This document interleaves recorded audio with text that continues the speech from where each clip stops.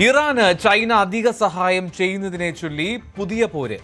ഇറാന് ആയുധങ്ങൾ ഉൾപ്പെടെ നൽകുകയാണെന്നും ഇത് തുടർന്നാൽ ചൈനയ്ക്ക് കനത്ത തിരിവ് ഏർപ്പെടുത്തുമെന്നുമാണ് അമേരിക്കയുടെ ഭീഷണി. എന്നാൽ ആരോപണം ചൈന നിഷേധിച്ചു. ഇതിനിടയിൽ ഒരാഴ്ചയ്ക്കുള്ളിൽ ഇറാനുമായി അടുത്ത ഘട്ട ചർച്ച ആരംഭിക്കുമെന്ന് അമേരിക്കൻ പ്രസിഡന്റ് ഡൊണാൾഡ് ട്രംപ് വ്യക്തമാക്കി. യുറേനിയം സമ്പുഷ്ടീകരണം അവസാനിപ്പിക്കാൻ ഇറാന് മുന്നിൽ വലിയ ഓഫറുകളും മുന്നോട്ട് വയ്ക്കുകയാണ് അമേരിക്ക. വിനോദ് വിവരങ്ങൾ നൽകുന്നു. വിനോദ്, ഈ ചൈന ഏത് തരത്തിൽ ഇറാനുമായി ഇടപെടൽ നടത്തുന്നു എന്നാണ് അമേരിക്ക പറയുന്നത്? ചൈനയുടെ പ്രതികരണം എന്താണ്?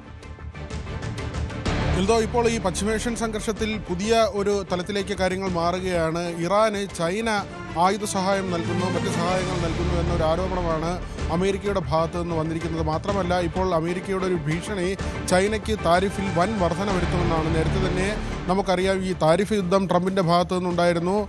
ഇരുണ്ട രാജ്യം, ഇരുണ്ട ദേശം എന്നാണ് ചൈനയെ ട്രംപ് വിശേഷിപ്പിച്ചത്. ഇന്ത്യ അവരുമായി അടുക്കുന്നുവെന്ന ആരോപണമൊക്കെ നേരത്തെ ട്രംപിൻ്റെ ഭാഗത്തു നിന്നുണ്ടായിരുന്നു.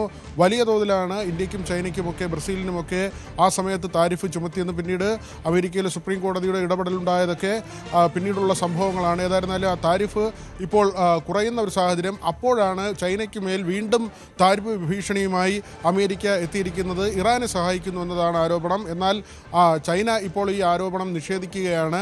ഒരു വശത്ത് ചില ആശാവഹമായ കാര്യങ്ങൾ നടക്കുന്നുണ്ട്.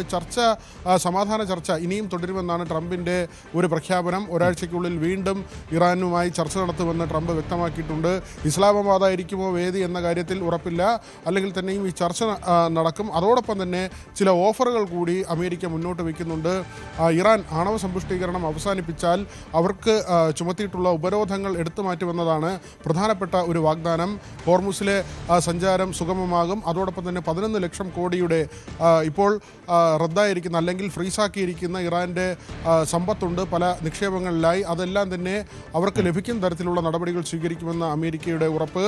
ഇറാനിൽ നിന്ന് എണ്ണ വാങ്ങരുതെന്ന് പല രാജ്യങ്ങളോടും അമേരിക്ക നിർദ്ദേശിച്ചിട്ടുണ്ട്. ആ ഇളവുകളൊക്കെ തന്നെ ഇറാന് നൽകാമെന്നൊരു വാഗ്ദാനമാണ് ഇപ്പോൾ ട്രംപിൻ്റെ ഭാഗത്തു നിന്നുണ്ടായിരിക്കുന്നത്. എൽദോ.